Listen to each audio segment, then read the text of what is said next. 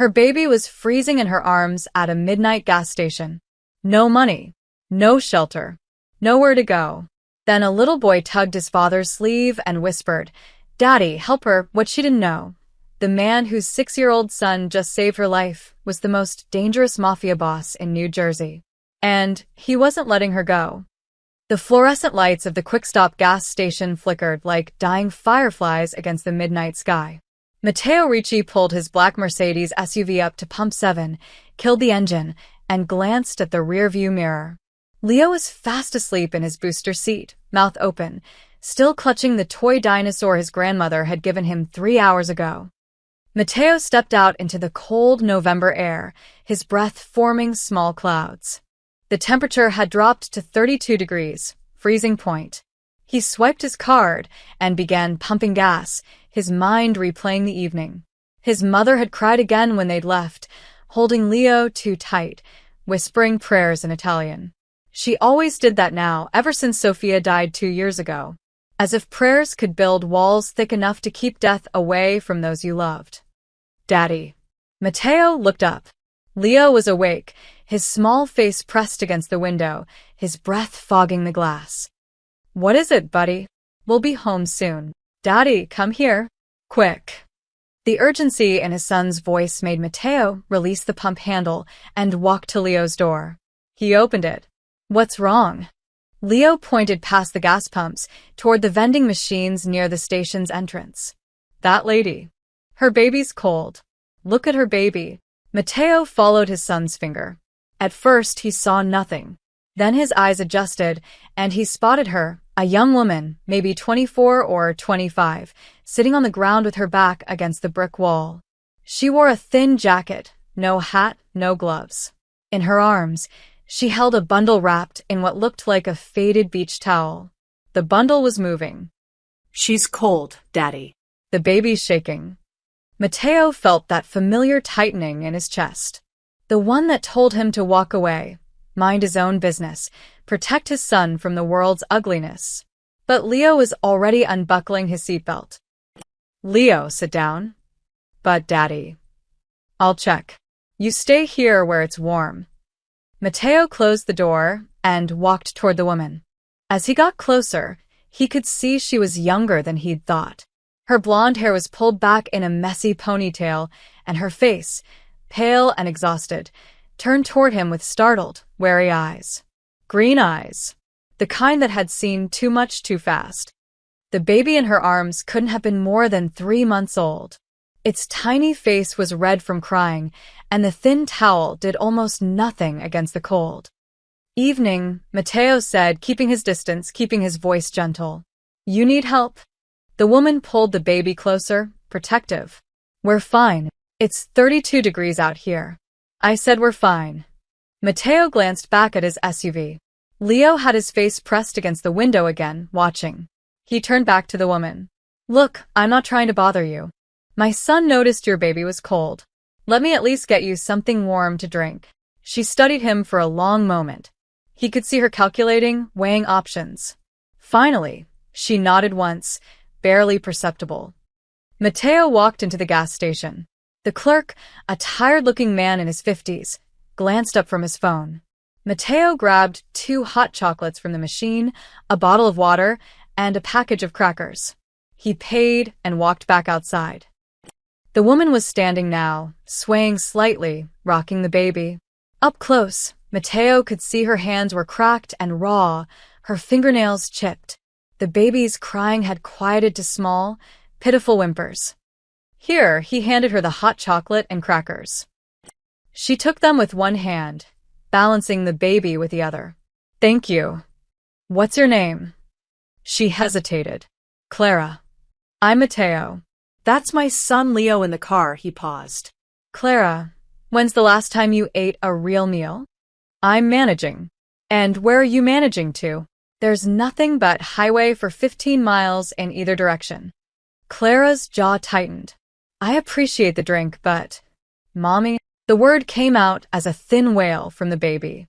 Clara looked down, her face crumbling for just a second before she composed herself. She whispered something to the child, but the baby kept crying, the sound cutting through the cold night air. Matteo made a decision. The kind of decision Sophia would have made without thinking twice. The kind that drove his security team crazy. "My car's warm. Come sit inside while you drink that. Just for a few minutes." "I don't think." "Look, I get it. You don't know me. I could be anyone. But your baby's freezing, and my son won't let me leave until I know you're okay. Just 5 minutes in the warmth. That's all I'm asking." Clara looked at the SUV, then at her baby, then back at Matteo. Something in his face must have convinced her, because she nodded slowly. 5 minutes. Matteo led her to the SUV and opened the back door opposite Leo's side. The warm air rushed out. Clara climbed in carefully, cradling the baby, and Matteo closed the door behind her. He finished pumping gas, returned the nozzle, and got into the driver's seat. Leo was already leaning over from his booster seat. "Hi. I'm Leo. I'm 6. What's your baby's name?" Clara managed a small smile. "This is Emma. She's 3 months old. She's really small. Is she okay?" "She's cold, sweetie. But she'll be okay now." Matteo watched in the rearview mirror as Clara held the hot chocolate in one hand, the steam rising around her face. She wasn't drinking it. She was using it to warm her hands. "Go ahead and drink it," he said quietly. "I can get you another one to hold." Clara met his eyes in the mirror. For a moment, neither of them spoke. Then she lifted the cup to her lips and drank, her eyes closing briefly. "Where are you headed?" Matteo asked. "North." Maybe. Clara didn't answer. She just looked down at Emma, who had finally stopped crying and was making small sucking motions with her mouth, searching for food that wasn't there. Matteo felt Leo's small hand on his shoulder. "Daddy, can they come home with us? Just for tonight? Emma needs to be warm." "Leo. Please? Grandma always says we should help people. That's what Mommy would do." The words hit Matteo like a punch. Because Leo was right. Sophia would have already had Clara and Emma in the car, would already be planning which room they'd stay in, would already be calling ahead to Maria the housekeeper to prepare food. Matteo looked at Clara in the mirror again. She was staring at him, and he could see she'd heard what Leo said. Could see she understood exactly who Matteo was now. The way his clothes fit too well, the way the SUV was too expensive, the way he carried himself. She knew. In this part of New Jersey, everyone knew the Ricci name. "I can't accept," Clara started. "You're not accepting charity," Matteo interrupted. "You're accepting hospitality. There's a difference. One night, warm bed, hot food. Tomorrow you can go wherever you need to go. But tonight, that baby needs warmth, and you need rest." Clara's eyes filled with tears. She blinked them back hard. "Why would you do this?" Matteo started the engine. "Because my son asked me to. And because he's right." He pulled out of the gas station and onto the empty highway. In the mirror, he watched Clara finally let herself relax back against the seat, Emma bundled against her chest. Leo was chattering about his dinosaur collection, about his room, about how Maria made the best pancakes in the whole world. Matteo drove north toward his estate, toward the life he'd built with walls and gates and men with guns, and for the first time in 2 years, he felt like Sophia might be sitting beside him, nodding her approval. He had no idea that this simple act of kindness would unravel secrets, attract danger, and change all of their lives forever. The drive home took 20 minutes. Clara didn't speak again, but Matteo could see her watching the road signs, memorizing the route. Smart. Cautious. He respected that. When they pulled through the iron gates of the Ricci estate, Clara sat up straighter, her eyes widening at the sprawling villa lit up against the night sky. "Welcome home," Leo said happily. "Don't worry. It's really nice inside." Matteo parked and turned off the engine. Through the front door, he could see Maria already waiting, alerted by the security team's call ahead. The housekeeper's face showed no surprise. She'd worked for the Ricci family for 30 years and had learned not to question anything. "Ready?" Matteo asked, looking back at Clara. She clutched Emma tighter. Then slowly she nodded. They'd just crossed a threshold that none of them could uncross. The gas station encounter was over. Now the real story was about to begin. Maria stood in the foyer, her gray hair pinned back neatly, her hands folded in front of her black dress. She was 62 years old and had seen Matteo bring home many unexpected things over the years. Wounded associates, frightened witnesses, once even a stray dog Leo had befriended. But never a homeless girl with a baby. Her face remained neutral as Matteo guided Clara inside. Maria, we have guests for the night. Can you prepare the blue room? Of course, Mr. Ricci. Maria's eyes softened when she saw Emma. The baby will need bottles, yes? I'll warm some milk. Clara's voice was barely a whisper. I don't have money to pay. Nobody's asking you to pay, Maria said firmly but kindly. Come, let's get you both comfortable. Leo grabbed Clara's free hand. I'll show you. The blue room has a big bed and a bathroom with a tub and everything. Matteo watched them disappear up the stairs, Leo chattering excitedly, Maria following with practiced efficiency, Clara moving like someone in a dream who might wake up any second on that cold gas station ground. He pulled out his phone and texted his head of security. Background check. Clara, early 20s, blonde, has infant. Discreet. Nothing alarming so far, but verify. Then he walked to his office, poured himself 2 fingers of whiskey, and sat in the leather chair that still smelled faintly of his father's cigars. He shouldn't have brought them here. His world had rules, and one of them was keep civilians far away, especially ones with children. But Leo's happy voice echoed down the hallway, and Matteo closed his eyes. His son hadn't sounded that animated in months. 20 minutes later, Maria knocked on his office door. They're settled. The baby is fed and sleeping. The girl is in the shower. Thank you, Maria. The housekeeper hesitated. She cried when I gave her the towels. Not sad crying. Grateful crying. Matteo nodded. Maria left, and he sat alone with his whiskey until he heard soft footsteps in the hallway. He found Clara standing at the top of the stairs, wearing one of Sophia's old robes that Maria must have found. Her hair was damp, her face scrubbed clean. She looked even younger now, fragile and uncertain. Leo wanted to say goodnight to you, Matteo said. His room is the 3rd door on the left. Clara nodded and disappeared down the hallway. Matteo heard Leo's excited voice, then laughter. Real laughter. He couldn't remember the last time he'd heard that sound in this house. When Clara emerged 10 minutes later, she found Matteo in the kitchen. He'd made tea without really thinking about it, something Sophia used to do for late-night guests. Sit, he said, pushing a cup toward her. You should eat something. I already ate. Maria made me a sandwich and soup and Clara's voice cracked. I don't understand why you're doing this. Matteo leaned against the counter, studying her. You got a problem with kindness? I have a problem with debt. With owing people. You don't owe me anything. Clara wrapped her hands around the teacup. Everyone wants something. That's how the world works. Maybe. But tonight, all I want is for you and your daughter to sleep somewhere warm. That's it. They sat in silence for a moment. Then Clara spoke, her voice low. I had an apartment. 6 months ago, I had a job, savings plans. I was going to be a dental hygienist. I was 3 months from graduating. Matteo didn't interrupt. He just listened. Then I got pregnant. The father, she laughed bitterly. He was gone before I even told him. My parents kicked me out. Said I was a disgrace. I tried to keep working, keep going to school, but then Emma came early. 5 weeks early. She had breathing problems.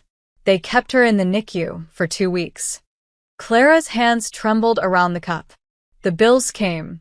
$23,000. My insurance covered some, but not enough. I had to drop out of school. I worked double shifts at a diner until I literally couldn't stand anymore.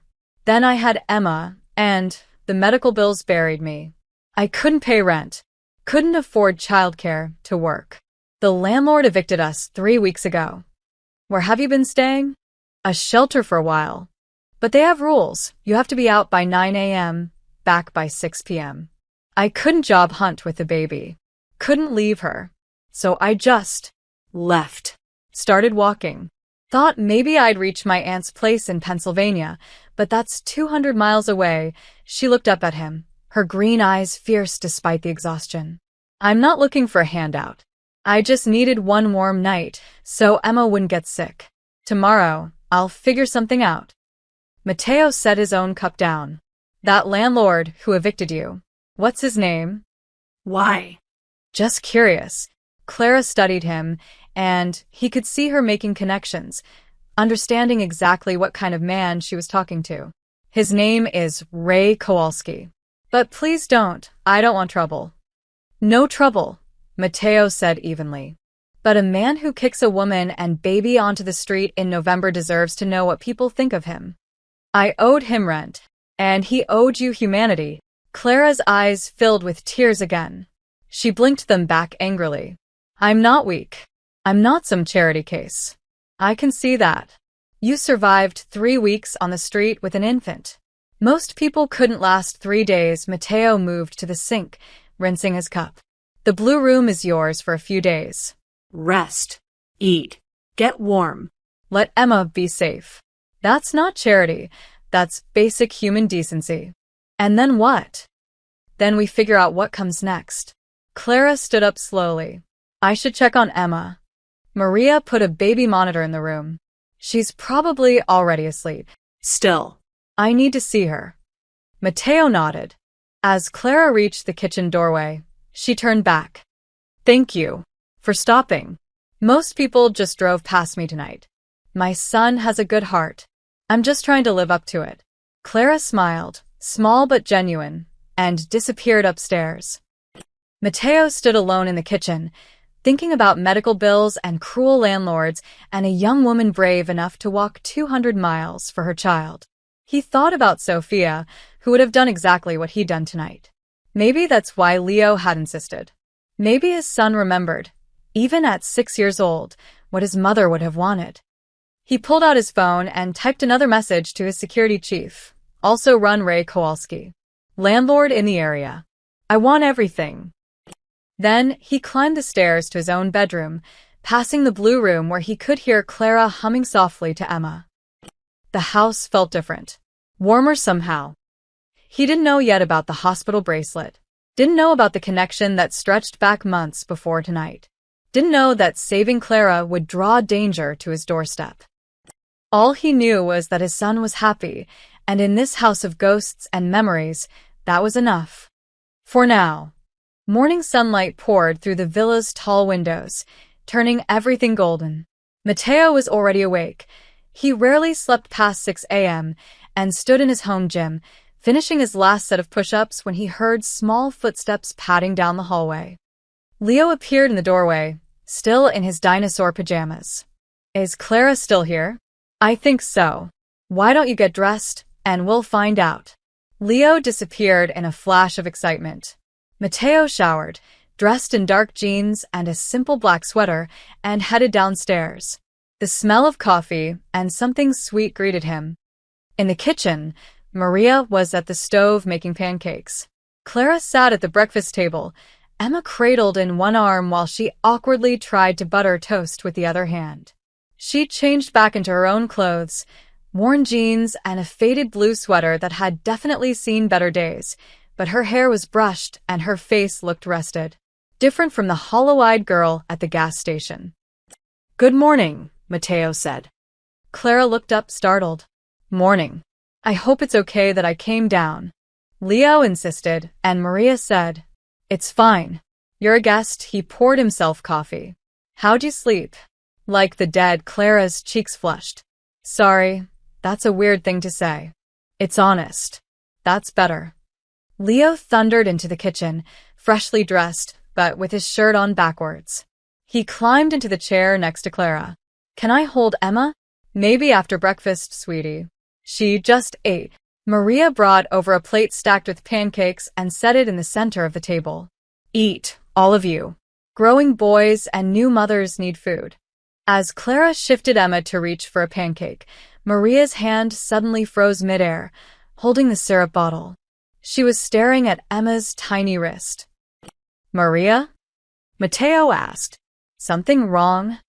The housekeeper set down the syrup slowly and moved closer to Clara. "May I see the baby's wrist?" Just for a moment. Clara looked confused but tilted Emma slightly so Maria could see. There, on the infant's impossibly small wrist, was a hospital identification bracelet, the kind they put on newborns that parents often keep as mementos. This one was worn and slightly faded, but still legible. Maria's face went pale. She looked at Clara, then at Mateo, then back at the bracelet. "What is it?" Mateo's voice sharpened. Maria spoke carefully, as if choosing each word. "Mr. Ricci, this bracelet. It's from St. Catherine's Medical Center. Maternity ward." "Okay," Clara said. "That's where Emma was born. They kept her in the NICU because she came early." Maria's hand trembled slightly as she pulled out her phone and scrolled through something. She showed the screen to Mateo. It was a photograph from 8 months ago, Mateo shaking hands with a hospital administrator, standing beside a large ceremonial check. Behind them was a sign, St. Catherine's Medical Center, new maternal wing, made possible by anonymous donor. "You funded the new wing," Maria said quietly. "The one with the upgraded NICU." Mateo remembered. It had been one of Sophia's final wishes, written in a letter he'd found after she died. She wanted their money to help mothers and babies, especially those who couldn't afford care. He'd donated $2 million anonymously through a foundation, specifically requesting that no one know the Ricci family was behind it. Clara was looking between them, confused. "I don't understand." Maria sat down heavily in a chair. "When did you say Emma was born?" "July 15th. She came 5 weeks early. They said the NICU saved her life. She couldn't breathe right at first," Clara's voice caught. "I remember feeling so grateful for that place, for those machines and doctors, even though I knew I could never afford to pay for it all." "You got a bill, though," Mateo said slowly, pieces clicking together in his mind. $23,000.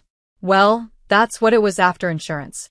The social worker said it should have been over 100,000, but there was some kind of charitable assistance fund that covered most of it. "An anonymous donation," she said. "I tried to find out who to thank, but they wouldn't tell me." The room went silent except for Emma's small cooing sounds. Leo looked at his father. "Daddy, what's wrong? Why does everyone look weird?" Mateo stared at the tiny bracelet on Emma's wrist. At Clara's face, confused, cautious. He thought about that night 8 months ago when he'd signed the check, sitting in his office, reading Sophia's letter for the 100th time. "Help the mothers who have no one else, Mateo. Help the babies who need a miracle." "Clara," he said slowly, "what hospital charity covered your bills? Do you remember the name?" She thought for a moment. "Something Foundation." The social worker wrote it down. "Hope Springs Foundation." Yes, that was it. Maria made a small sound.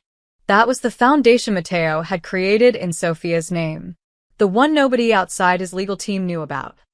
"That's impossible," Clara whispered, looking at Mateo's face. "You? You paid for Emma's care?" "I didn't know it was you specifically. The fund covers anyone at St. Catherine's who qualifies." "But yes." "That was my money." Clara stood up, so fast her chair scraped against the floor. Emma startled in her arms, but didn't cry. "You saved my daughter's life months ago, and then you saved us again last night?" Her voice was rising. "What are the odds of that? What kind of coincidence?" "It's not coincidence," Maria interrupted gently. "In my experience, these things happen for a reason." Mateo couldn't take his eyes off the bracelet. He'd signed that check on February 10th, Sophia's birthday. He'd driven to the hospital himself to meet with the administrators to ensure the money went exactly where it was needed. He'd walked through the new NICU, seeing tiny babies in incubators, mothers crying with relief and exhaustion. Emma had been one of those babies. Clara had been one of those mothers.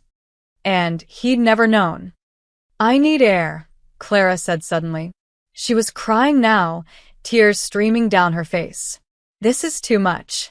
I don't understand what this means. It means, Mateo said quietly, standing up, that you were supposed to end up at that gas station last night. That Leo was supposed to see you. That you were supposed to come here. I don't believe in fate. Neither did I. He looked at his son, who was watching with wide, solemn eyes. But I'm starting to. Clara sank back into her chair, holding Emma close. So, I already owed you everything before last night.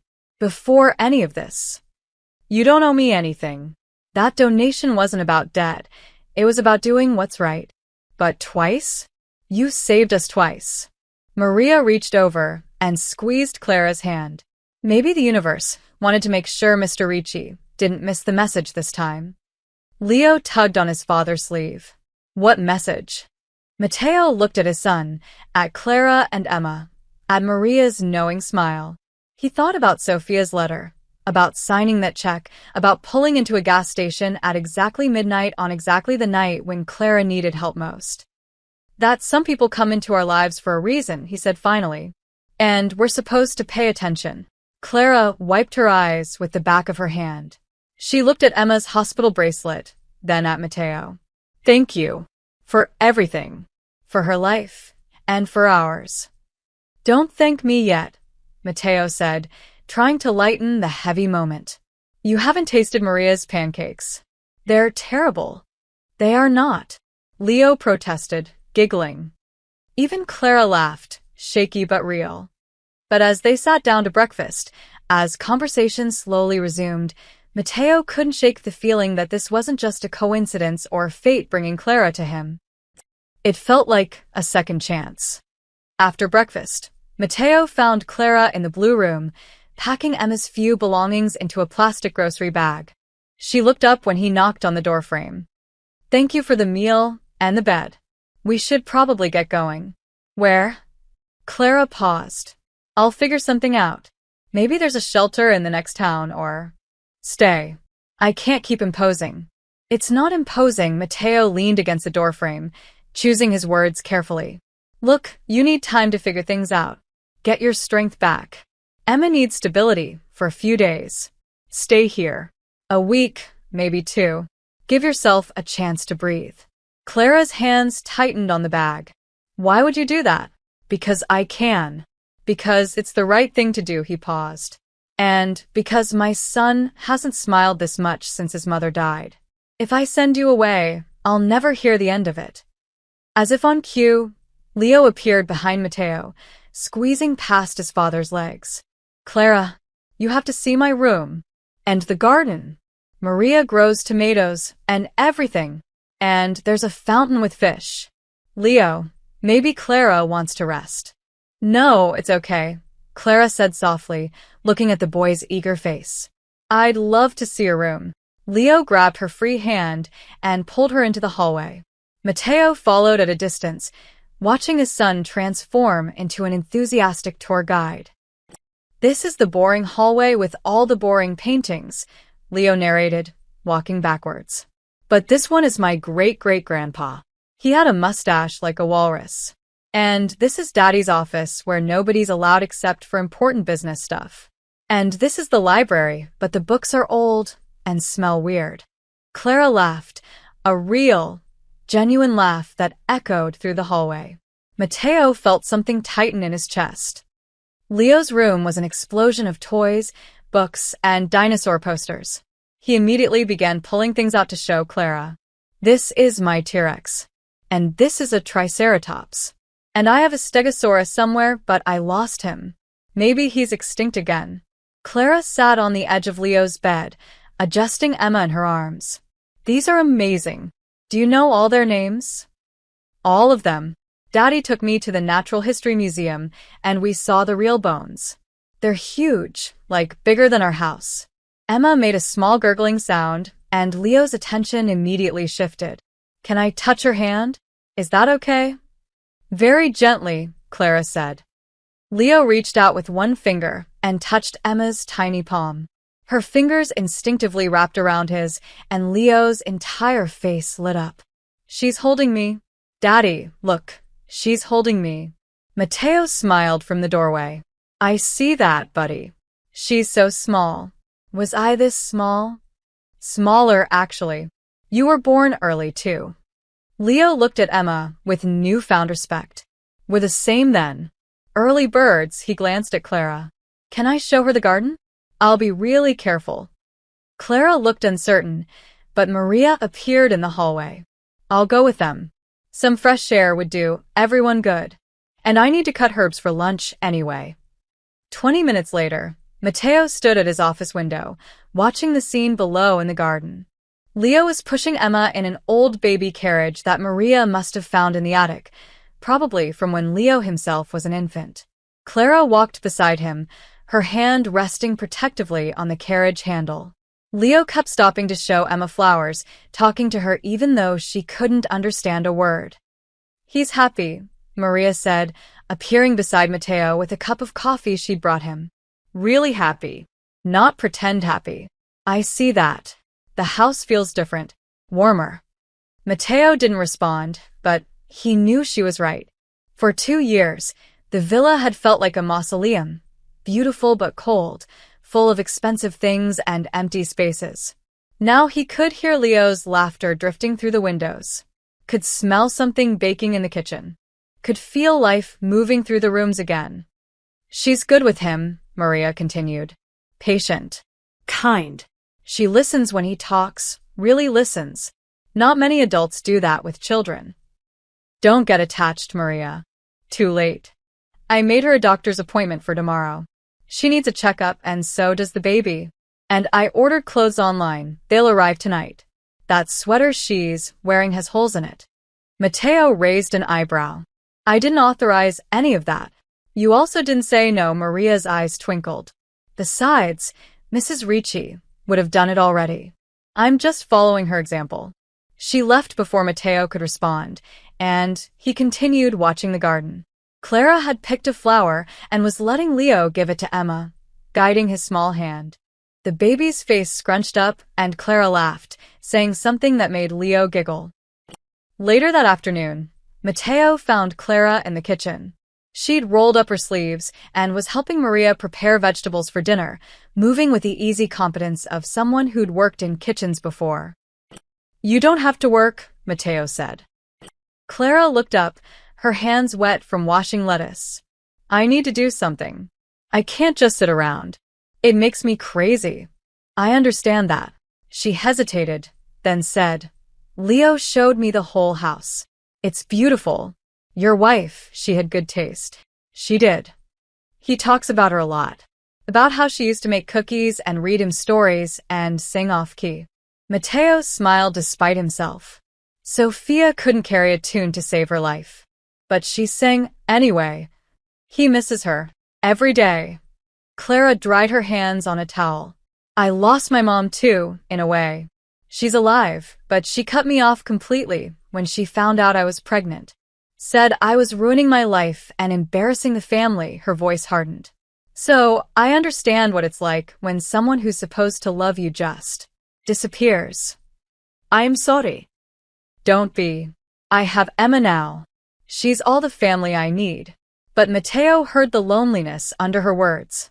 Saw it in the way she watched Leo play with Emma, in the way she'd hesitated before accepting help, in the way she kept herself slightly apart even as she settled in.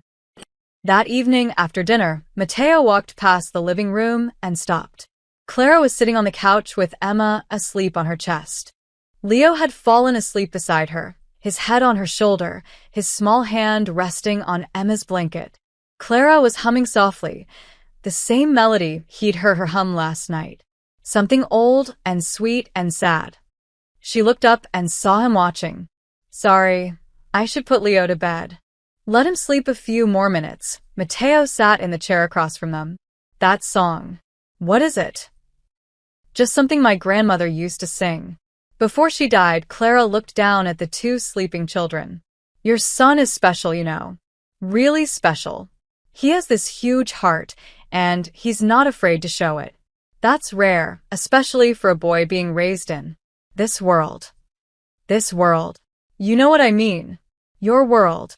Where men have to be hard and strong and never show weakness.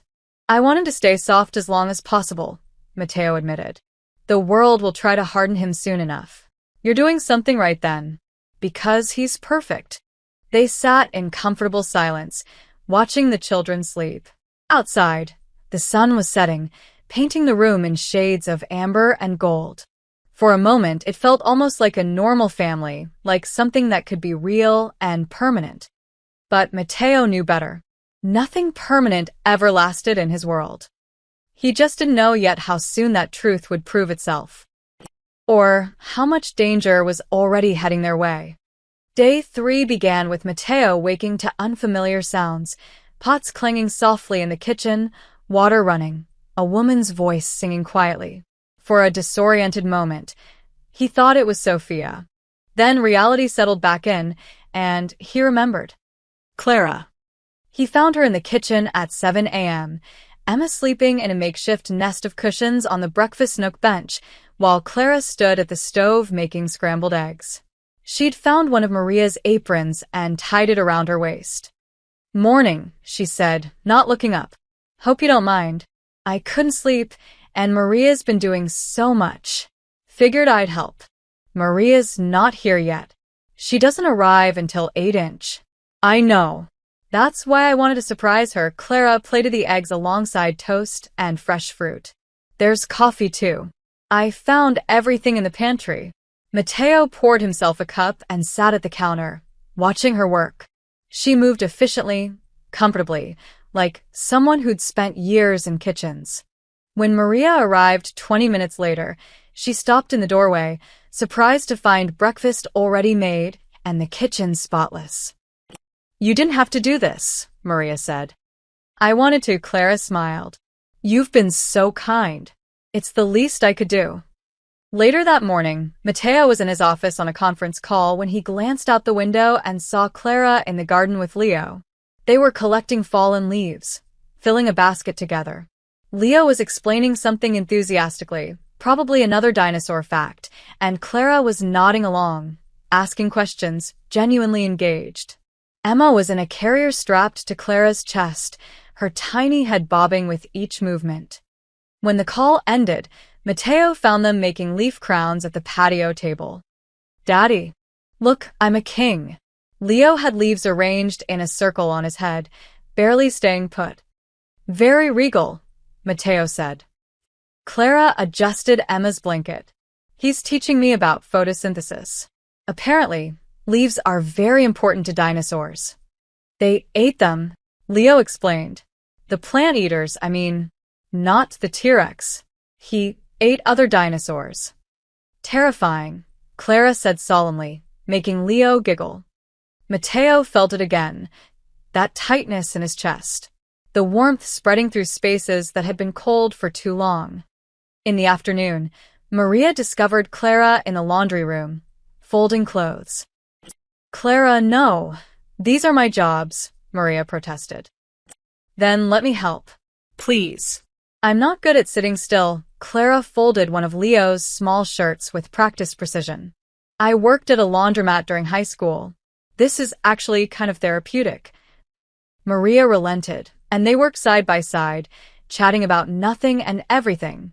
Matteo passed by once and heard Clara laughing at something Maria said, the sound light and unguarded. That evening, Matteo was reviewing security reports in his office when he heard an odd noise, clanking pipes.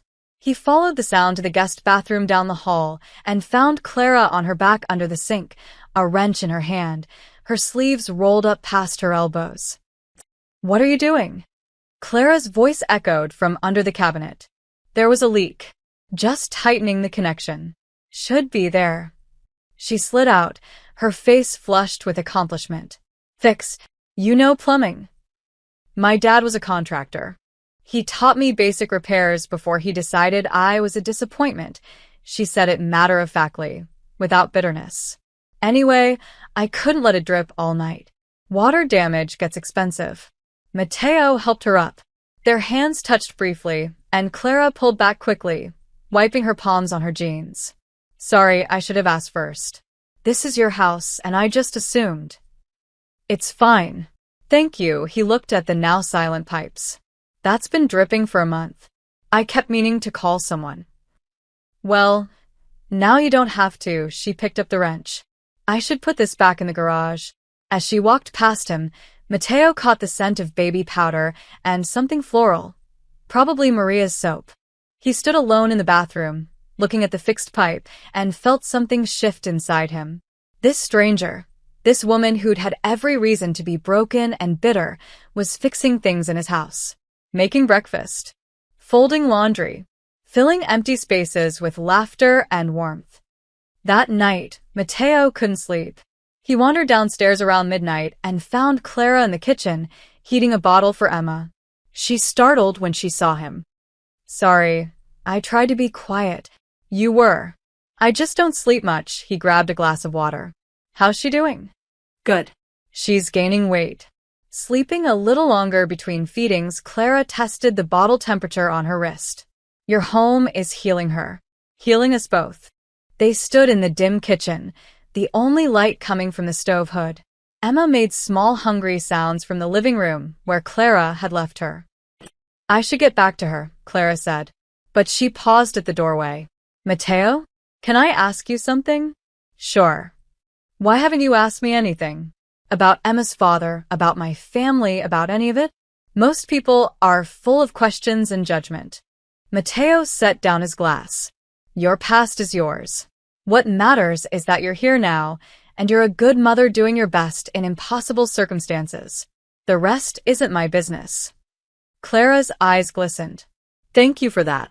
After she left, Matteo sat at the kitchen table in the dark. He thought about Sophia, about how she'd always seen the best in people, always believed in second chances. He thought about Leo's happiness, about how the house felt alive again.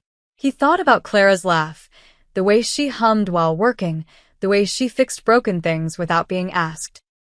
His phone buzzed. A text from his security chief. Background clear. No red flags. Girls clean. Former landlord though, Ray Kowalski. Different story. Connected to the Castellano family. Small debts. Shady dealings. Matteo stared at the message.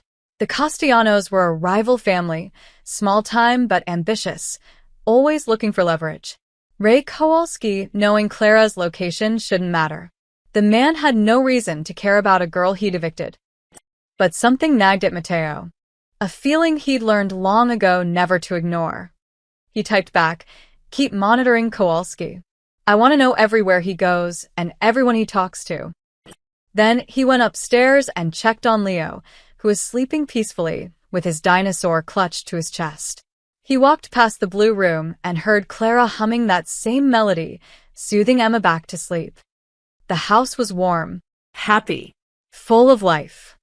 Matteo stood in the hallway, letting himself feel it, the connection growing between them all, the family they were accidentally becoming.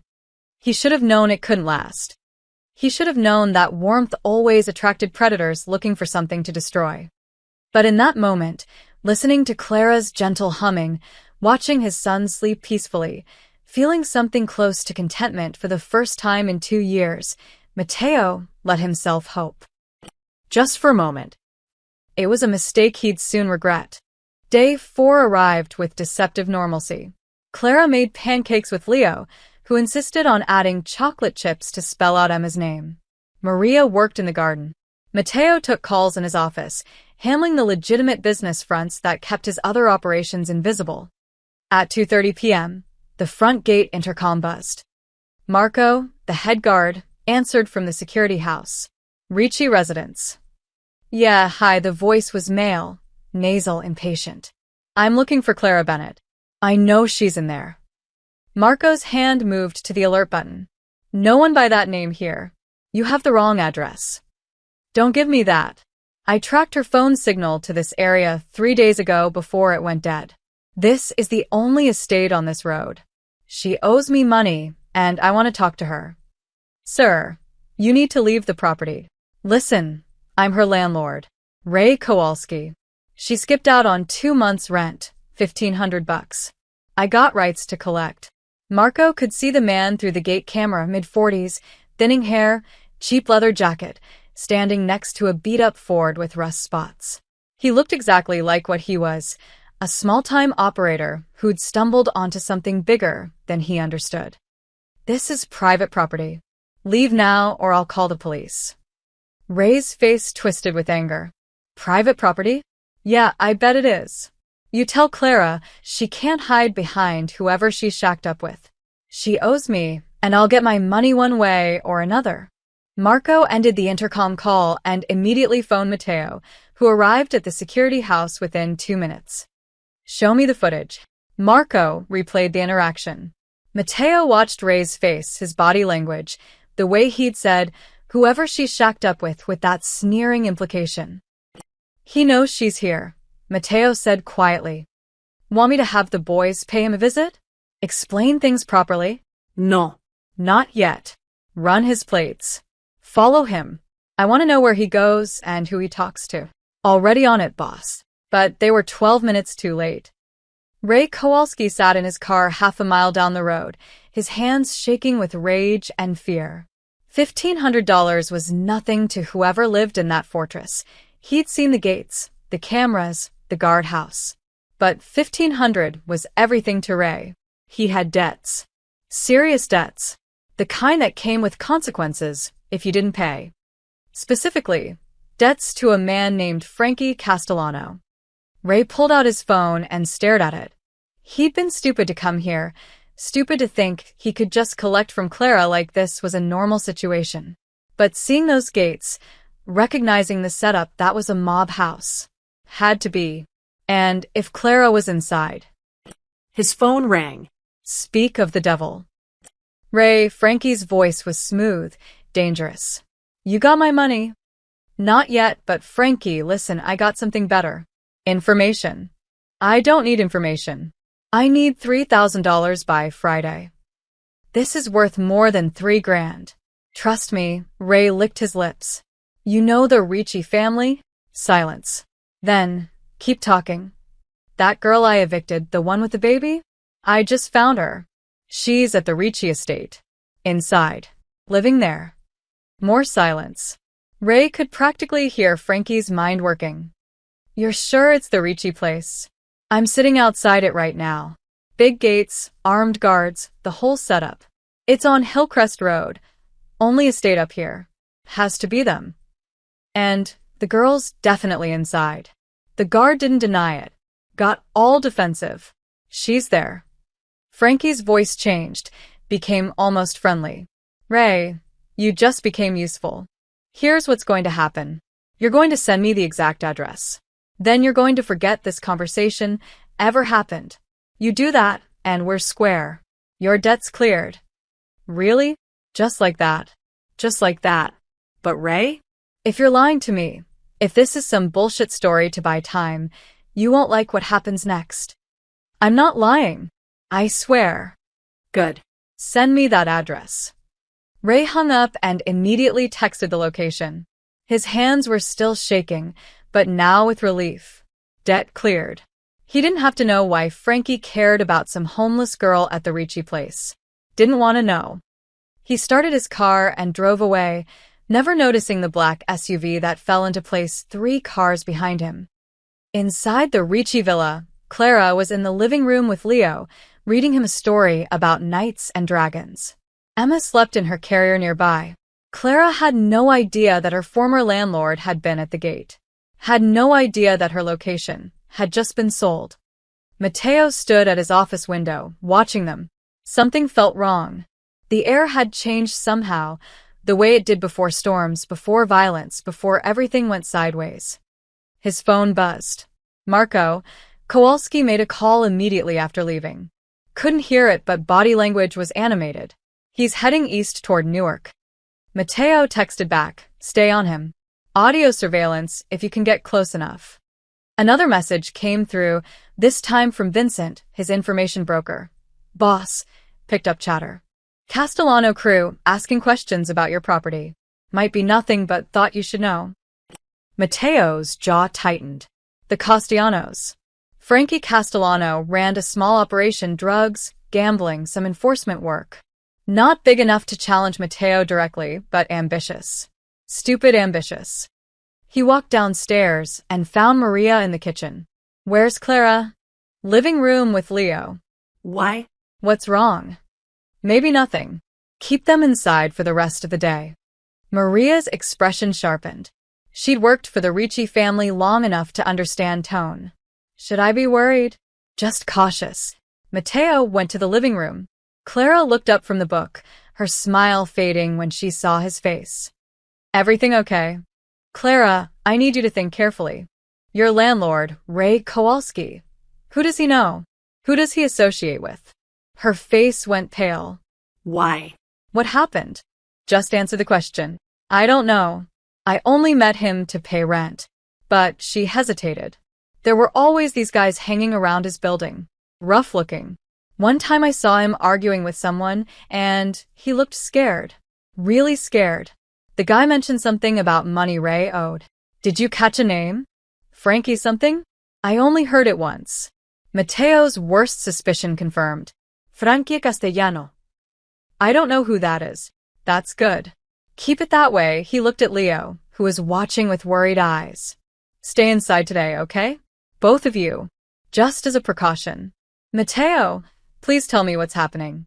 He wanted to lie, to tell her everything was fine. But Clara deserved the truth. Your landlord was at the gate an hour ago. My guard sent him away, but he knows you're here. And if he's connected to Frankie Castellano, that information might not stay private. Clara stood up, her face stricken. I brought this here. I brought danger to your home. No.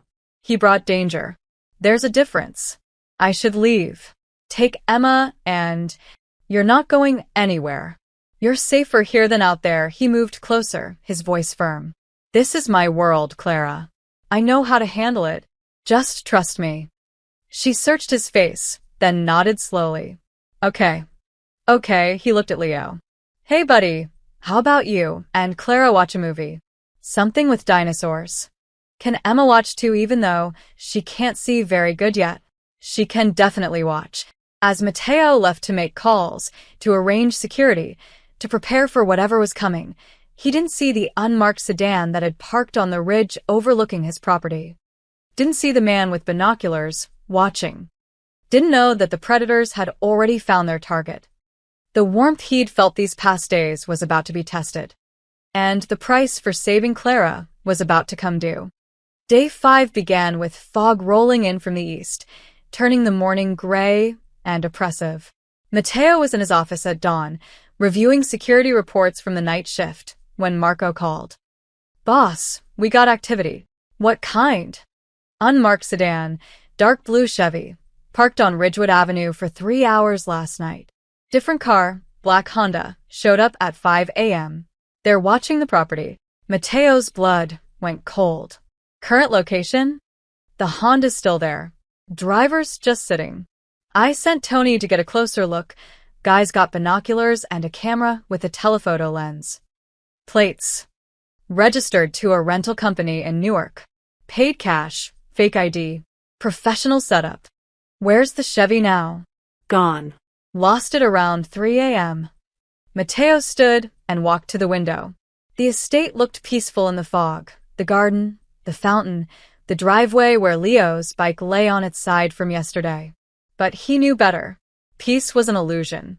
Violence was always waiting just beyond the walls. Double the perimeter guards. I want eyes on every approach. And Marco? Arm up. All of you. Copy that. At breakfast, Clara noticed immediately that something was wrong. There were more guards visible through the windows. Maria moved through the kitchen with tight efficiency, her usual warmth replaced by tension. What's happening? Clara asked quietly, Emma sleeping against her shoulder. Matteo set down his coffee. Just increased security. Routine. That's not routine. I can see it on everyone's faces. Leo looked between them, his dinosaur figurines forgotten. Daddy. Everything's fine, buddy. Eat your pancakes. But at 9:30, Marco called again. Boss, we got a drone. Small quadcopter, flying a grid pattern over the property. Can you take it down? Already did. Shotgun blast from the roof. Things in pieces in the south garden. Want me to? Bring me the wreckage.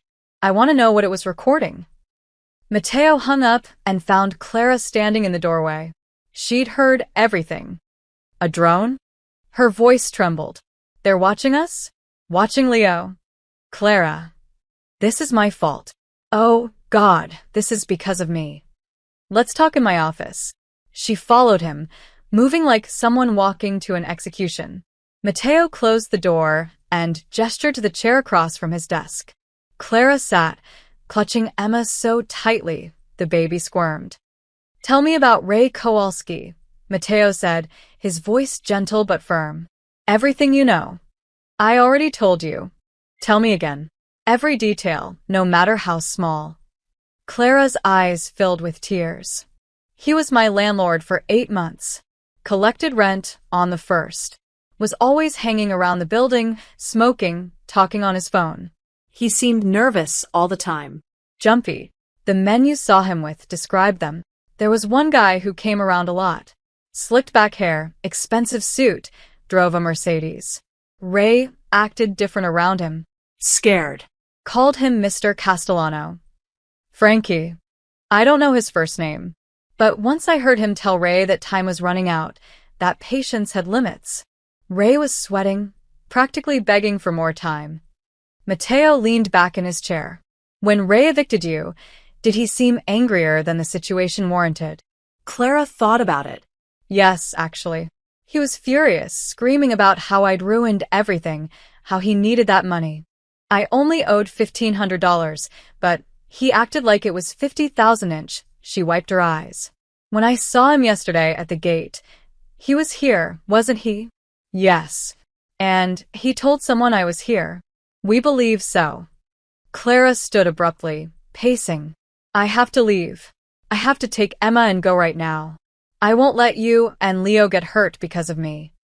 Sit down. No. You don't understand. Seat. Down. Matteo's voice cut through her panic. Clara sank back into the chair, trembling. He softened his tone. You didn't bring this trouble here. They did. Ray Kowalski sold information to dangerous people. That's on him. You were just trying to survive. But if you hadn't come here, you'd be on the street with Emma, vulnerable and alone. At least here, you're protected. Here, we can control the situation. Can you? Clara's voice broke. They're flying drones over your house, Matteo. They're watching Leo. What if something happens to him, because of me? I couldn't live with that. Matteo stood and moved around the desk, crouching beside her chair, so they were eye level. Look at me, she did, her green eyes full of terror and guilt. I've dealt with men like the Castellanos my entire life. They're predictable. They make noise, they posture, they probe for weakness. But they won't find any here. You can't promise that. I can. This is my world, Clara. This is what I do. And right now, what I'm doing is keeping you, Emma, and Leo safe. But I need you to trust me. Can you do that? Clara stared at him for a long moment. Then slowly she nodded. Okay. Good, he stood. Now, I need you to stay inside today. Keep Emma close. If Leo asks questions, tell him we're playing a game, house lockdown adventure, or something. He'll think it's fun. What are you going to do? Figure out what the Castellanos want and how to make them go away. As Clara left his office, Matteo called Marco back. Status. Drone was equipped with a 4K camera. Memory cards intact. I'm pulling the footage now. Also, we ID'd the driver of the Honda. Named Sal Moretti, low-level enforcer for the Castellano crew. He's still there? Yeah, but he knows we made him. He's getting sloppy, checking his phone every 2 minutes. Let him watch. I want them to see our security, to understand what they're walking into if they make a move, Matteo paused. But Marco? I also want to know where Frankie Castellano is right now. Every single place he goes, everyone he talks to. Pull in favors if you need to. On it. Matteo spent the next hour making calls to contacts in the police department, to information brokers, to allied families who owed him favors. The picture that emerged was troubling. Frankie Castellano had been making moves lately, trying to expand territory, muscling in on operations that weren't his. He was ambitious and reckless, A dangerous combination. And now he thought Clara was leverage. At lunch, Mateo found Leo and Clara in the living room, building a blanket fort while Emma watched from her carrier. Leo had transformed the lockdown into an adventure, just as Mateo had hoped. "We're hiding from the dragon," Leo explained seriously. "This fort has magic protection." "Very important," Mateo agreed. He caught Clara's eye over Leo's head. She gave him a small, grateful smile. But that smile faded when Marco appeared in the doorway, his expression grim. "Boss, you need to see this." Now. Mateo followed him to the security office. On the monitors, Marco pulled up footage from the perimeter cameras. New cars arriving, parking at various points around the estate. 6 different vehicles in the last hour, all keeping distance, but clearly coordinating. "They're establishing a surveillance perimeter," Marco said. "This isn't reconnaissance anymore. This is preparation." Mateo's jaw tightened. They're planning something. Question is what? And when? Mateo stared at the screens, watching the cars, counting heads, assessing threats. The Castellanos were making their move. They thought Clara was a weakness, a way in, a tool they could use. They were about to learn how wrong they were. But first, he had to make sure Leo and Emma stayed safe. Because if the Castellanos were willing to surveil his home in broad daylight, they were willing to escalate. And escalation in his world meant blood. "Lock it down," Mateo said quietly. "Full protocol. Nobody gets in or out without my authorization." "What about the girl?" "Especially the girl. She stays here until this is over." Marco nodded and began issuing orders. Mateo returned to the living room, where Leo and Clara were still playing, innocent and unaware of the predators circling outside. He would protect them, all of them, no matter what it cost. By late afternoon, the fog had thickened into something oppressive. Mateo stood in his office, watching the security feeds with Marco. 8 vehicles now surrounded the property at various distances. The message was clear. "We know where you are and we're not leaving." "They're getting bold," Marco said. "Too bold. Frankie must really want something. He wants leverage." Mateo's mind was racing through scenarios, calculating risks. "He thinks Clara's my weakness.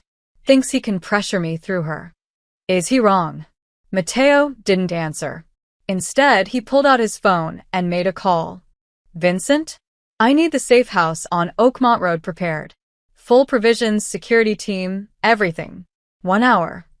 When he hung up, Marco was staring at him. "You're moving them."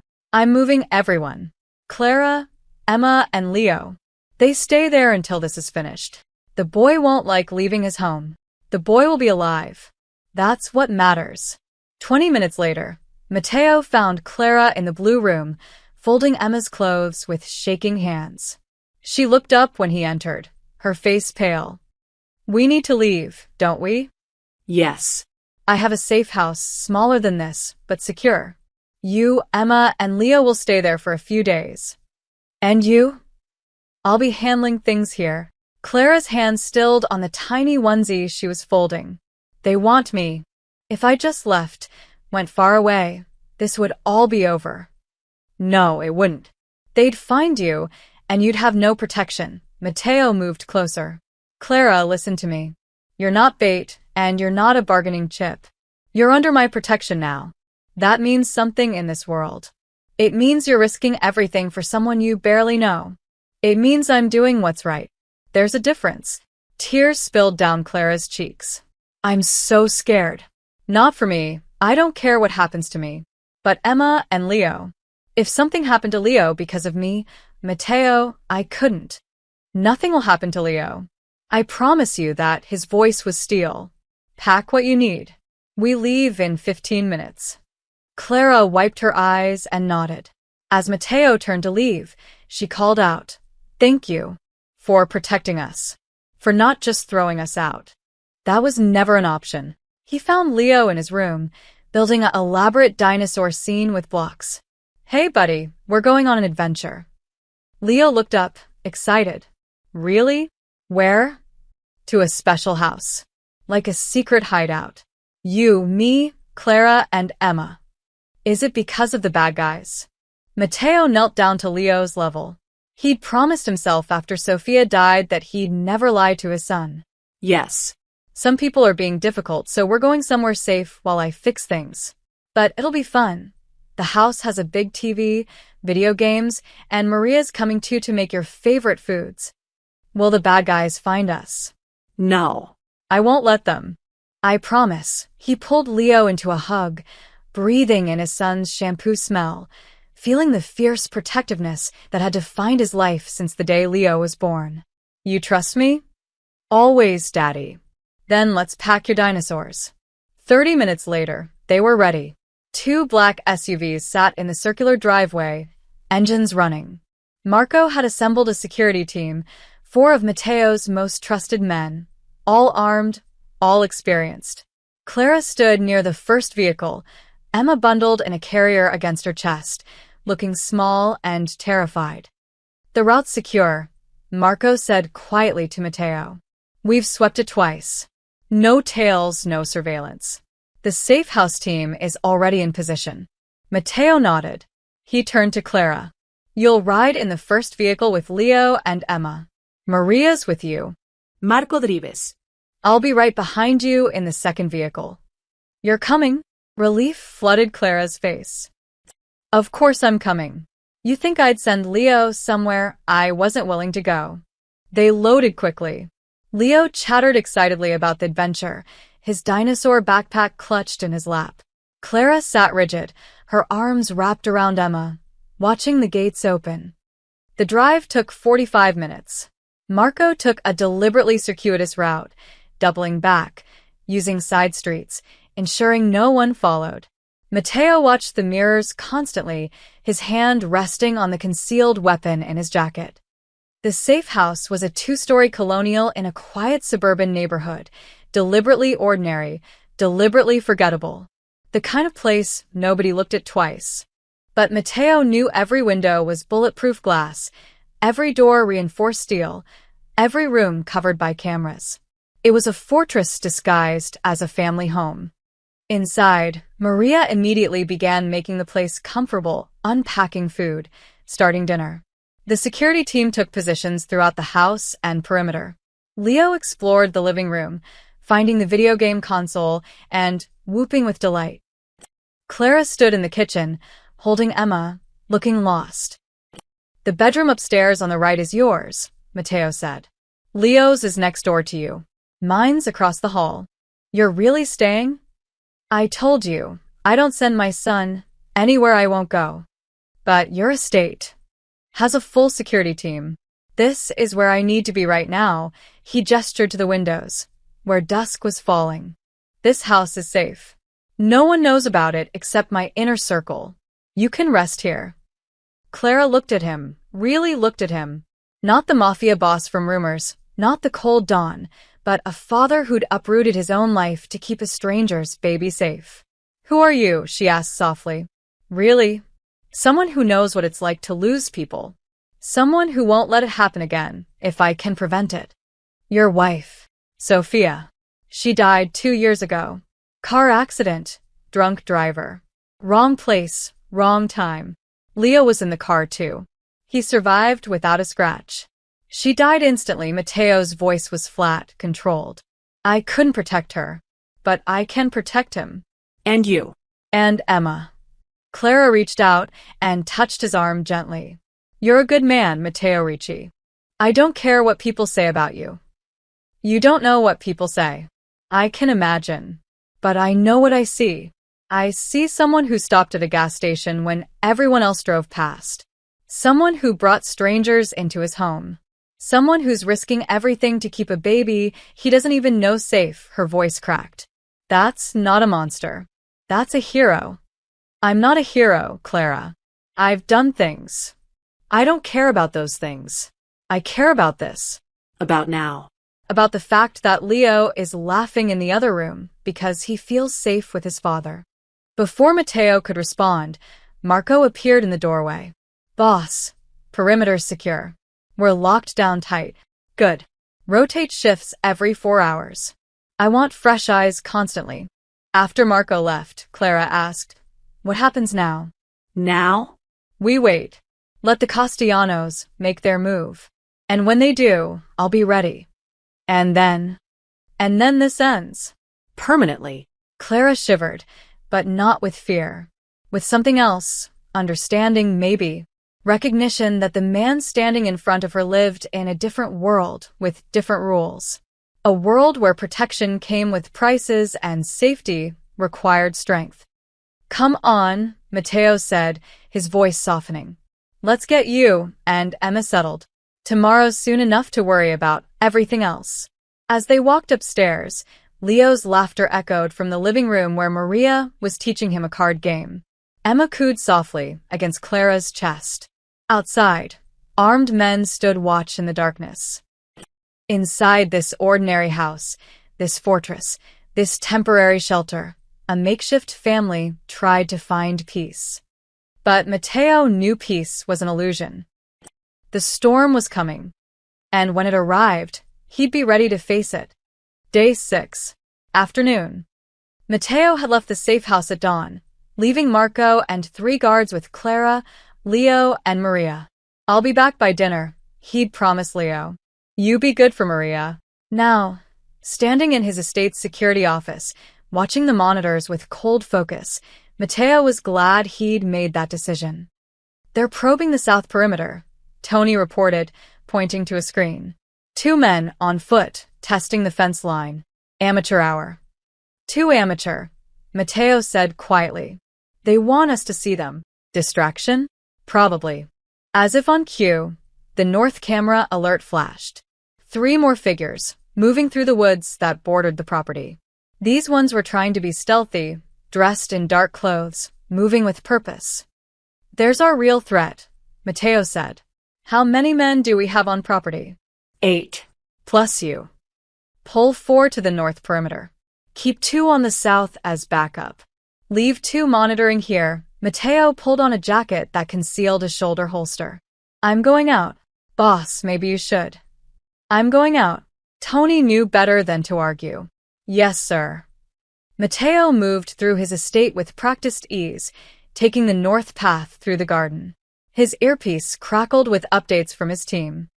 3 subjects, maybe 4, approaching Sector 7. "I see them. Moving to intercept." "Boss, you want them stopped or questioned?" "One of each," Matteo said coldly. "Your choice which." He reached the tree line as his men closed in. There was a brief scuffle, grunts, the sound of fists connecting with flesh, a muffled curse. Then silence. Matteo emerged from the trees to find 2 of his guards holding a man between them. He was young, maybe 25, dressed in black tactical gear that was too new, too clean. A weekend warrior playing at being an enforcer. "The others?" Matteo asked. "One got away. One's not getting up." Dead. "Breathing. Unconscious." "Good." Matteo turned his attention to the captured man, who was trying to look tough despite the blood running from his nose. "What's your name?" The man spat. "Go to hell." Matteo smiled without warmth. "We'll get there." "Names first." He nodded to his guards, who tightened their grip. The man gasped in pain. "Danny. Danny Caruso." "There we go." "Manners." Matteo circled him slowly. "Who sent you, Danny?" "I don't." "Wrong answer." Another nod. More pressure. Danny cried out. "Frankie. Frankie Castellano sent us." "Better. Now we're communicating." Matteo stopped in front of him. "What were your orders?" "Just surveillance. Check the property. Look for weak spots." "Weak spots for what?" Danny hesitated. Matteo could see him calculating, weighing his loyalty to Frankie against the pain he was feeling. "For extraction," Danny finally said. "We were supposed to figure out how to get the girl out." "Clara." "I don't know her name. Just the girl with the baby. Frankie wants her."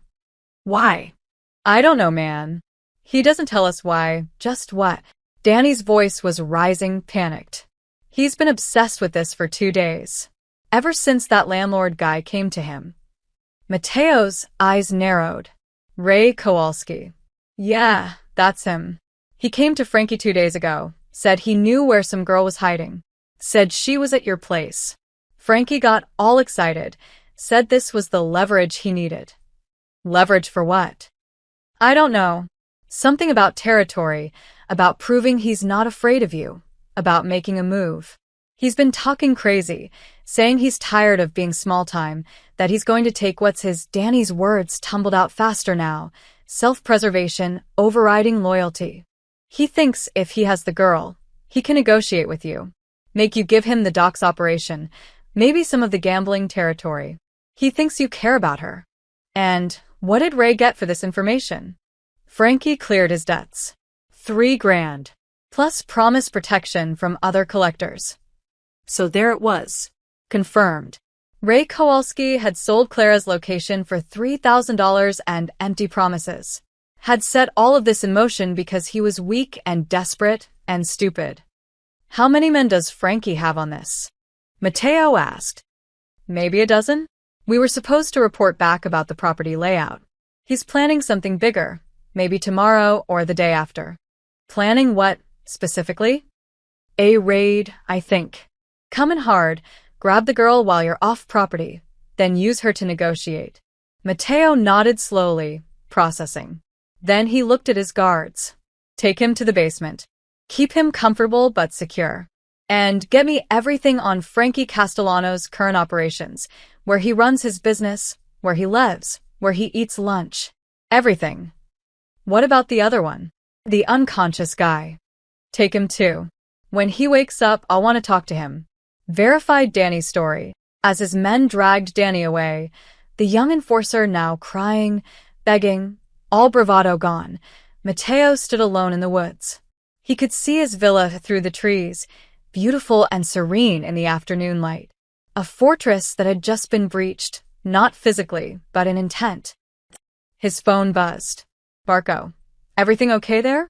Heard chatter on the security channel. Mateo typed back. Situation handled. 3 Castellano enforcers tried to infiltrate. 1 captured, 1 unconscious, 1 escaped.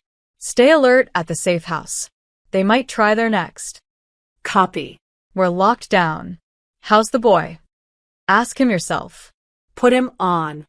A moment later, Leo's voice came through, tinny but excited. Daddy, Maria made cookies. That's great, buddy. You being good. Yes.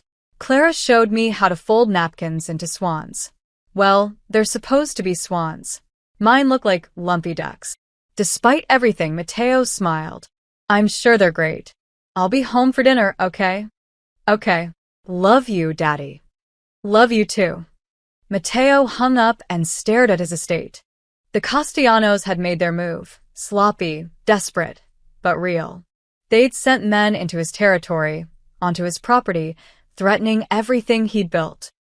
More importantly, they'd threatened Leo, and Clara, and Emma. That couldn't stand. Mateo walked back to the security office, his mind already working through the next steps.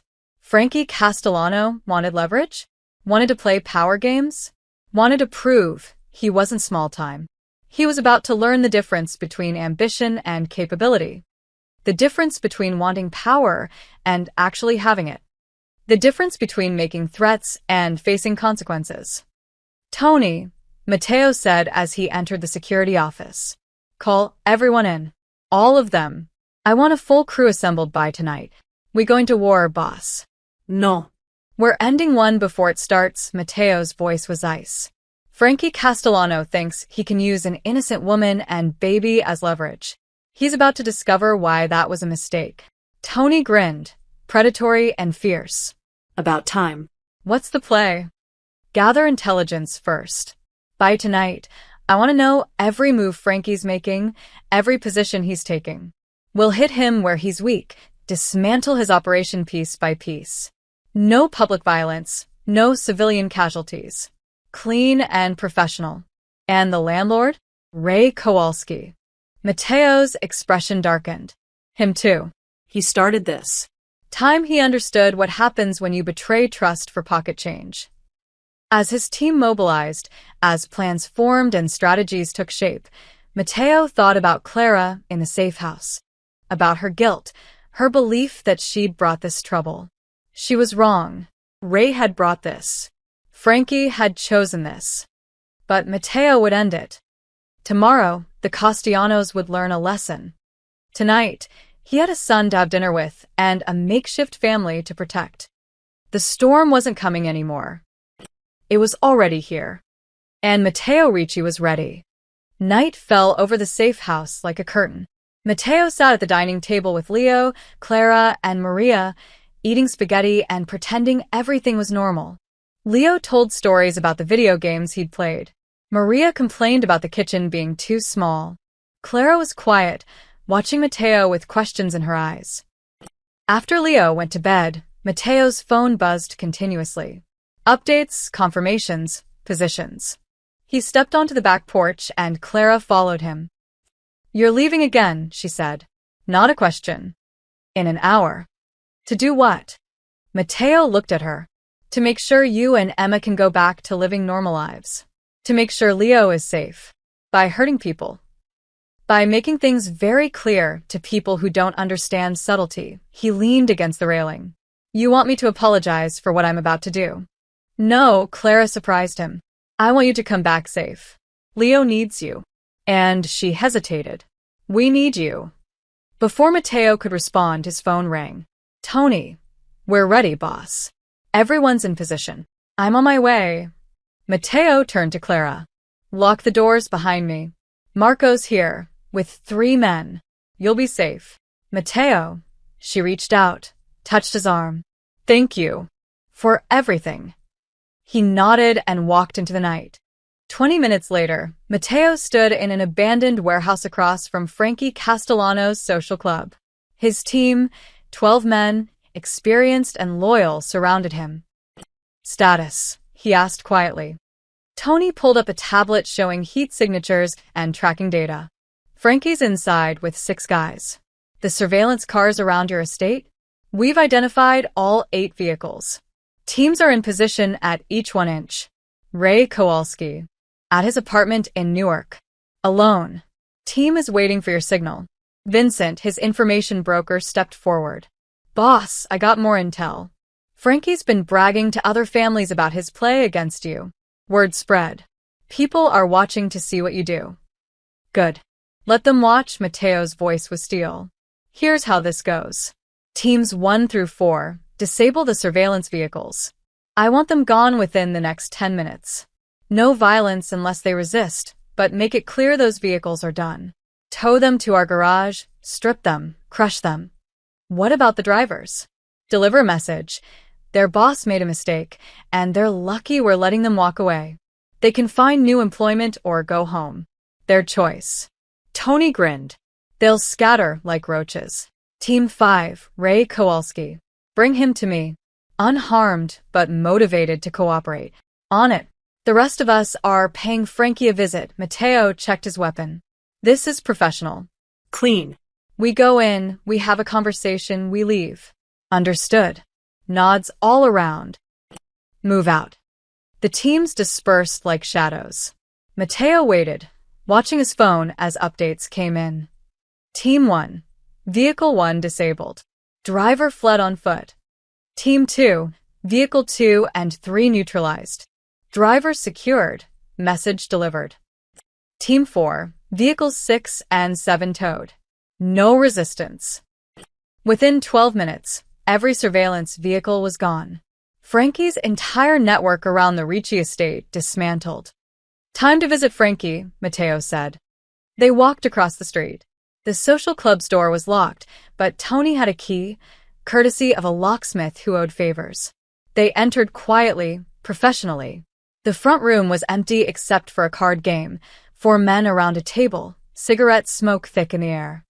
They looked up, saw Matteo and his crew, and froze. "Hands where I can see them," Tony said calmly. "Nobody needs to get hurt." The men complied. They knew Matteo Ricci when they saw him. Knew what it meant that he'd walked through their door. "Where's Frankie?" One man jerked his head toward the back office. "In there." Matteo walked through the club, his men securing the front. He opened the office door without knocking. Frankie Castellano sat behind a cheap desk on the phone. He looked up, saw Matteo, and went pale. The phone clattered from his hand. Matteo, this isn't. Sit down, Frankie. Matteo's voice was conversational, almost friendly. That made it more terrifying. Frankie Saturday. Matteo closed the door and leaned against it, arms crossed. You made a mistake. Listen, I can explain. You sent men to my property. You planned to kidnap a woman and baby from my home. You thought you could use them as leverage. Matteo's tone never changed. Did you really think that would work?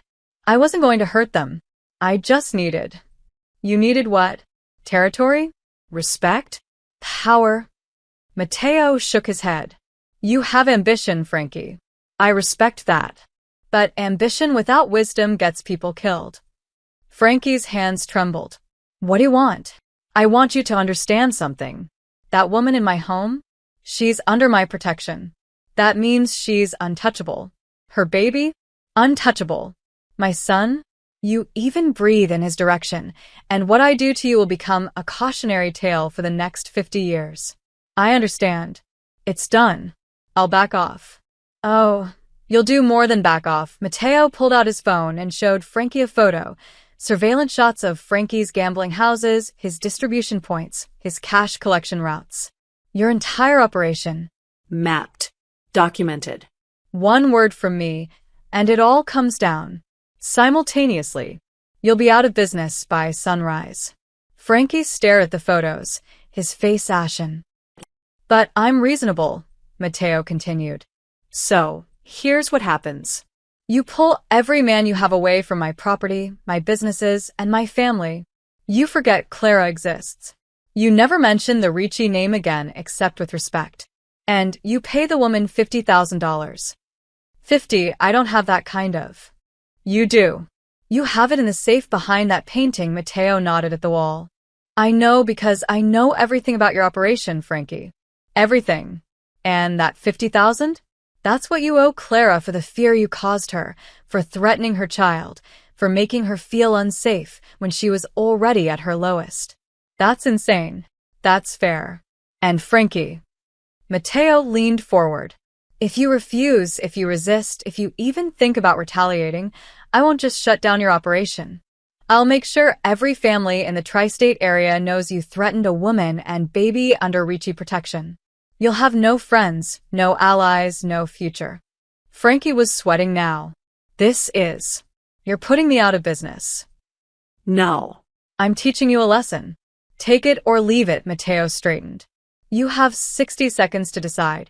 Frankie looked at the desk, at his hands, at the photos on Matteo's phone. The calculation was simple. Lose money or lose everything. I'll pay, he whispered. I'll stay away. It's done. Smart man. Matteo pocketed his phone. The money will be delivered to my estate by noon tomorrow. Cash. And Frankie? Consider this your only warning. There won't be a second 1 inch. He walked out without looking back. At Ray Kowalski's apartment, the landlord sat zip-tied to a chair, sobbing. Tony stood over him, patient and calm. Please, I didn't know. I didn't know it would go this far. Matteo entered the apartment. Ray's crying intensified. Ray. Look at me. Matteo waited until the man's tear-filled eyes met his. You sold information about a homeless woman and baby for $3,000. I was desperate. Frankie was going to hurt me. And now you've learned an important lesson. Choosing the wrong side has consequences. Matteo nodded to Tony, who pulled out a legal document. This is a confession. You're going to sign it. It states that you accepted payment from Frankie Castellano to provide information and that you knowingly endangered Clara Bennett and her child. I'm not signing that. You are. Because if you don't, Frankie will think you cooperated with me anyway, and he'll have no reason not to retaliate against you. But if you sign, I keep this somewhere safe and you disappear. Leave New Jersey. Start over somewhere else. Your choice. Ray stared at the paper, then at Matteo's implacable face. He signed. Good. Now get out of my city. Matteo turned to leave, then paused. And Ray? Clara was a good tenant. She deserved better than what you gave her. Remember that when you're starting your new life. They left Ray in his apartment, untouched but utterly broken. By midnight, it was over. The surveillance network, destroyed. Frankie's operation, crippled and compliant. Ray Kowalski, gone. Mateo drove back to the safe house, exhausted but satisfied. The threat was neutralized. Clara and Emma were safe. Tomorrow, they could go home. Day 7 dawned clear and cold, the kind of November morning that promised winter wasn't far away. Mateo stood in the safe house kitchen at 6 a.m., drinking coffee and watching the sunrise paint the sky orange and pink. Morning. He turned. Clara stood in the doorway, Emma in her arms, her hair mussed from sleep. She looked different somehow, less haunted, more solid. Like someone who'd been holding her breath for weeks and finally remembered how to breathe. Morning. Sleep okay? Better than I have in months. She poured herself coffee one-handed, a skill she'd perfected over 3 months of motherhood. Is it over? Really over? Really over. Frankie's backing off permanently. Ray Kowalski is leaving New Jersey. Your name's been scrubbed from everything. Mateo paused. You're safe, Clara. You and Emma both. Clara's eyes filled with tears. She set down her coffee and wrapped her free arm around herself. I don't know what to say. Thank you feels so inadequate. You don't need to say anything. But I do. She looked at him directly. You saved my life. Twice now. 3 times if you count the hospital bills. You put yourself and Leo in danger for us. You gave us a home when we had nowhere. You fought people I didn't even know existed. How do I ever repay that? You don't. It's not a debt. Then what is it? Mateo considered. It's what we do for people who matter. You matter, Clara. To Leo, to Maria, to this household. And that makes you family.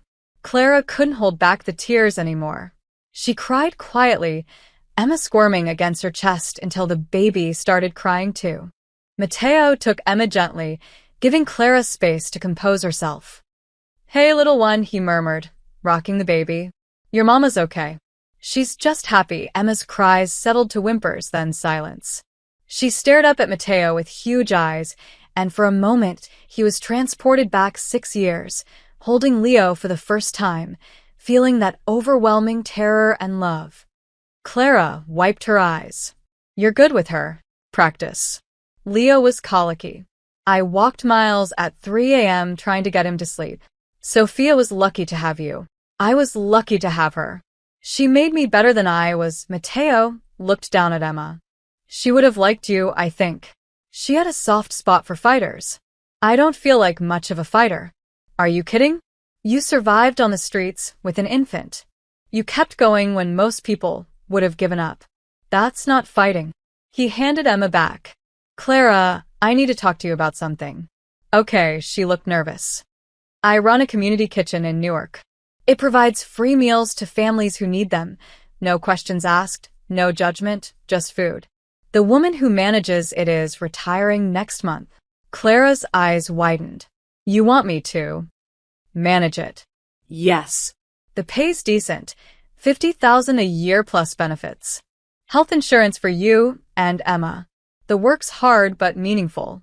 You'd be helping people like yourself, people who fell through the cracks. Mateo leaned against the counter. You'd be good at it. You're organized, compassionate, and you understand what it's like to need help. 50,000? Clara's voice was barely a whisper.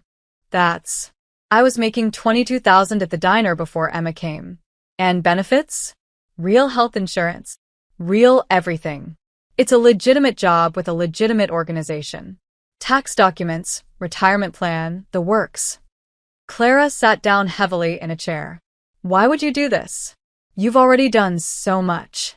Because you need a fresh start, and I need someone I can trust in that position. Someone who'll run it with heart, not just efficiency. Someone who remembers what hunger feels like. He paused. And because I think it's what you're meant to do. Help people. The way you've been helping around here, you have a gift for seeing what needs doing and just doing it. I don't have experience managing anything. You managed to keep yourself and a baby alive on the streets. You can manage a kitchen, Matteo smiled slightly. Maria says you're a natural organizer. Leo says you're the nicest person he's ever met. That's all the references I need. Clara looked at Emma, then back at Matteo. Yes. Yes, I want the job. I'll work so hard, I promise. I'll make you proud. I'm already proud. You don't have to prove anything. The sound of small feet thundering down the stairs interrupted them. Leo burst into the kitchen, still in his pajamas. Are we going home today? For real? For real, Matteo confirmed. Pack up your dinosaurs, buddy. Yes. Leo pumped his fist, then noticed Emma in Clara's arms. He walked over and very gently touched the baby's hand. Emma, we're going home. You're going to love the garden. And my room. And Maria's cookies. Clara watched Leo with Emma, and Matteo watched Clara watching Leo. Over the past week, the bond between them had become undeniable. Leo treated Emma like his little sister, protective, gentle, constantly wanting to help. And Clara treated Leo with the same patient affection, never too busy to answer his questions or admire his drawings. They looked like a family. By noon, they were back at the Ricci estate. The villa felt different, lighter somehow, despite everything that had happened. Maria had flowers on every table. The security team had swept every inch and declared it safe. Life was returning to normal. Except nothing was normal anymore. Everything had changed. That evening, after dinner, Matteo found Clara on the terrace, Emma asleep in her carrier. Clara was staring out at the garden, her expression thoughtful. Penny for your thoughts? Matteo asked. I was just thinking. I can't stay here forever. In the guest room, I mean. You've been so generous, but I need my own space. Independence. I know. That's actually what I wanted to talk to you about. Matteo pointed to the east. See that house through the trees? The white one with the blue shutters. Clara squinted. I think so. It's mine.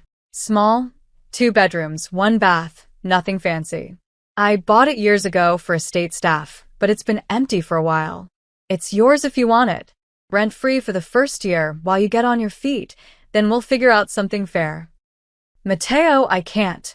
Clara, he cut her off gently. You need a home. Emma needs a home. This gives you independence, but keeps you close. Leo would love having you nearby. He's already attached to Emma. And, honestly, he smiled. It makes Maria happy. She's gotten used to cooking for you. Clara laughed through tears. You've thought of everything. I try. She looked at the house through the trees, then at the villa, then at Matteo. Close, but independent. Exactly. I can come visit? Bring Emma to see Leo. Every day if you want. Or whenever you want privacy. Your choice. Clara took a deep breath. Okay. Yes. Thank you. We'll move you in tomorrow. Maria's already been over there, stocking the kitchen and making it livable. Of course, she has. Clara shook her head in wonder. Your family is incredible. You're part of that family now. Whether you're in the villa or the house down the street, you're one of us. Matteo met her eyes. That doesn't change. Something passed between them in that moment. Understanding, gratitude, and maybe something more. Something neither of them was quite ready to name. I should get Emma inside, Clara said softly. She needs a bath before bed. Need help. I've got it, but thank you. As she walked away, Matteo stood alone on the terrace, looking at the white house through the trees. A week ago, he'd been a widower going through the motions, his son, his only light. Now he had a makeshift family, a woman who made him think about futures instead of just surviving the present, and a baby who somehow felt like she belonged. The gas station encounter had changed everything. And somehow, Matteo knew the changes were just beginning. 6 weeks later. November had given way to December, and the first snow of the season dusted the Ricci estate like powdered sugar. Matteo pulled through the gates at 5 p.m., tired from a day of meetings and negotiations, the kind of legitimate business that kept his other operations running smoothly. He should have gone straight home.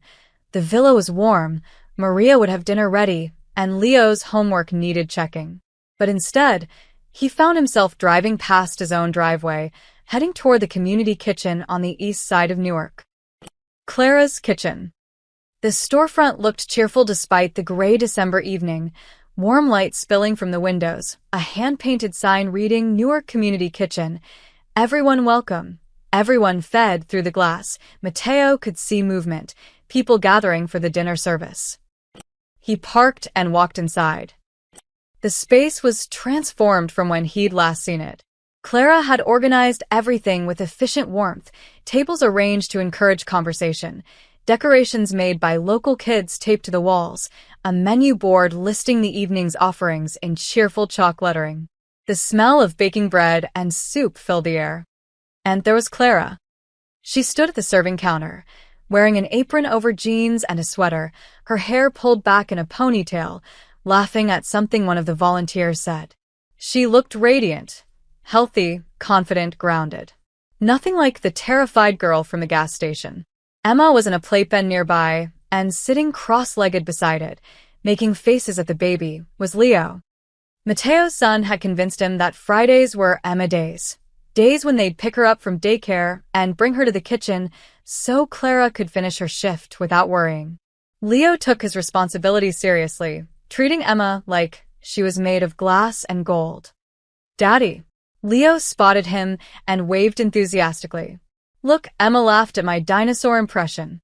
"Watch." He made an exaggerated roaring face, and Emma, now 4.5 months old, chubby and healthy, burst into delighted giggles. The sound hit Mateo square in the chest. Pure joy, uncomplicated and real. Clara looked up and saw him. Her smile shifted, became softer, more personal. Something just for him. "You're early," she said, wiping her hands on her apron and walking over. "We've got another hour of service." "I know. Thought I'd see how the new manager was doing." "The new manager is doing great. Thank you very much," Clara gestured around the kitchen. "We served 140 people yesterday. Today we're on track for 160. And we got that grant I applied for, $10,000 for expanded programming." "I heard. Congratulations." "Thank you. For everything.